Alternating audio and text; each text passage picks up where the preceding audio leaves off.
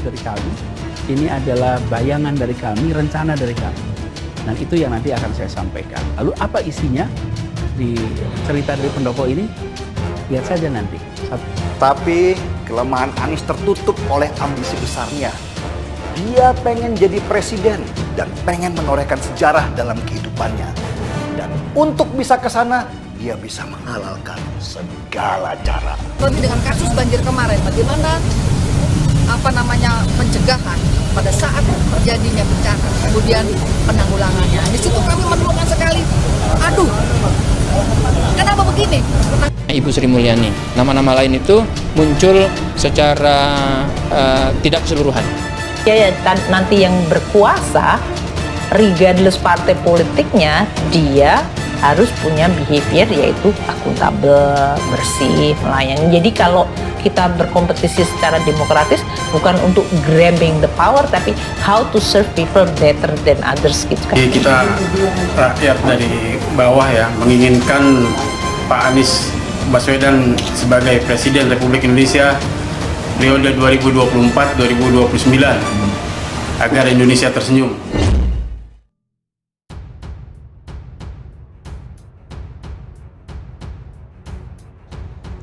Ramai Formula E, ternyata bisa bikin Anies diusung partai. Jalannya pres bakal mulus.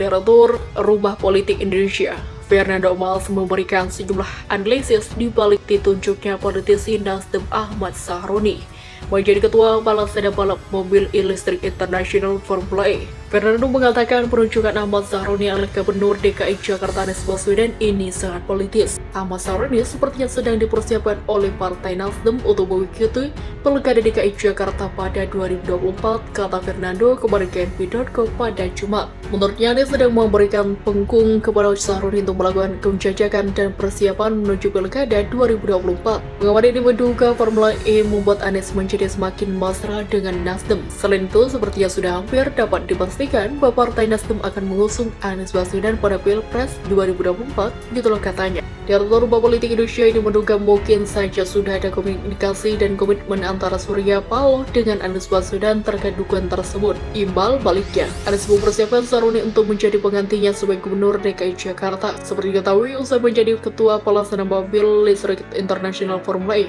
Ahmad Sahroni terus membangun citra positifnya. Dia berjanjikan akan melibatkan KPK untuk melaksanakan pengawas terhadap gelaran ini. Hal ini tangannya untuk menjawab berbagai isu dengan korupsi seputar perlombaan ini. Direktur Rumah Politik Indonesia, Fernando Mals, memberikan sejumlah analisis di balik ditunjuknya politisi Nasdem Ahmad Sahroni menjadi ketua pelaksana balap mobil listrik internasional Formula E. Fernando mengatakan penunjukan Ahmad Sahroni oleh Gubernur DKI Jakarta Anies Baswedan ini sangat politis. Ahmad Sahroni sepertinya sedang dipersiapkan oleh Partai Nasdem untuk mengikuti Pilkada DKI Jakarta pada 2024, kata Fernando kepada KNP.co pada Jumat. Menurutnya, Anies sedang memberikan penggung kepada Sahroni untuk melakukan penjajakan dan persiapan menuju Pilkada 2024. Pengamat ini menduga Formula E membuat Anies menjadi semakin mesra dengan Nasdem. Selain itu, sepertinya sudah hampir dapat dipastikan bahwa Partai Nasdem akan mengusung Anies Baswedan pada Pilpres 2024, gitulah katanya. Direktur Rumah Politik Indonesia ini menduga mungkin saja sudah ada komunikasi dan komitmen antara Surya Paloh dengan Anies Baswedan terkait dukungan tersebut. Imbal baliknya, Anies mempersiapkan Sahroni untuk menjadi penggantinya sebagai Gubernur DKI Jakarta. Seperti diketahui, usai menjadi ketua pelaksana mobil listrik internasional Formula E,